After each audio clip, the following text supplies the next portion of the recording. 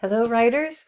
As you know, for your grade goal in this class, one element for an A and a B grade is to complete a certain number of activities in MindTap above and beyond what the other tasks and assignments you're doing for the class.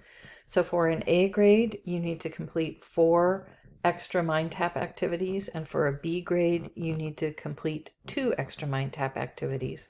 For a C grade, you're not required to complete any additional MindTap activities. However, I encourage you to still watch this video. There are some really helpful instructional videos here in MindTap that can help you succeed not only in this class, but as a writer more generally. So if you know there are areas where you kind of struggle or where you could use some extra help, taking advantage of these MindTap activities is a really easy way to keep building your skills.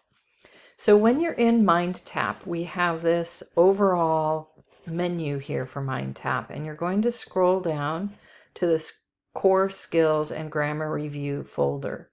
When you click on the down arrow here, you'll open all of the possible activities within Core Skills and Grammar Review. And there are several main categories like reading, writing essays, writing paragraphs, etc. And within each of these main categories, there are there is where you'll find each of the activities. So once you go into one of the main categories, each one of these items is considered one activity.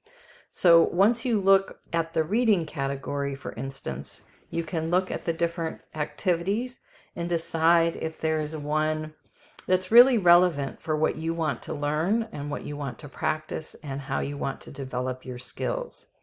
Once you click into an activity you have chosen, there will be 3 parts to it. The first part is a video tutorial, so you'll watch the video and then you will complete a quiz that will help you learn if you are fully understanding the information from the video tutorial. You'll then review the active reading information, and finally, you'll test yourself on how well you're understanding this information about active reading. So you'll want to complete all 3 parts for a given activity, and your goal, of course, is to earn 75% in order to earn credit for completing the activity. So for your choices for the activities, you can choose an activity from any one of these first categories up to using punctuation, up to and including using punctuation and mechanics. So for instance, if I open using punctuation and mechanics, I'll see I can choose an activity about commas, I can choose an activity about colons and semicolons, or about apostrophes, or about capitalization. And you don't have to choose your activities from the same general category. So maybe I'm going to do one activity from using punctuation and mechanics. Maybe I want to practice and learn more about using apostrophes. And then perhaps I'm going to go to writing sentences and complete an activity on revising run-on sentences and comma splices. And then perhaps I know I really struggle with writing good paragraphs, and so maybe I want to complete an activity on writing topic sentences.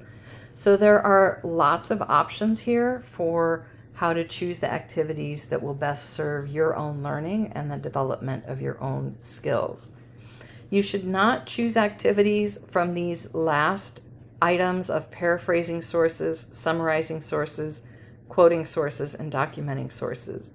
Later in the quarter, as we get to working with sources in your writing, I'll be assigning some of these activities to everyone in class. So you won't be choosing your activities from these last 4 categories, but anything up to and including using punctuation and mechanics is all good. So the other thing I will point out is you have until the end of week 8 to complete these activities. My advice, get them done early. First of all, by getting them done early, you then have the learning from the activity to practice and apply as the quarter goes on. And secondarily, it's a lot less stressful to get it done early, so you're not trying to fit it in at the last minute. So get in there and choose the activities you want to do and get them done. And I hope you find this really helpful and meaningful. And whereas there are a certain number of activities you have to complete for the grade goal you have chosen, feel free to do as many of these as you want that will best serve your learning and your progress and development and your success as a writer. Thanks, everyone.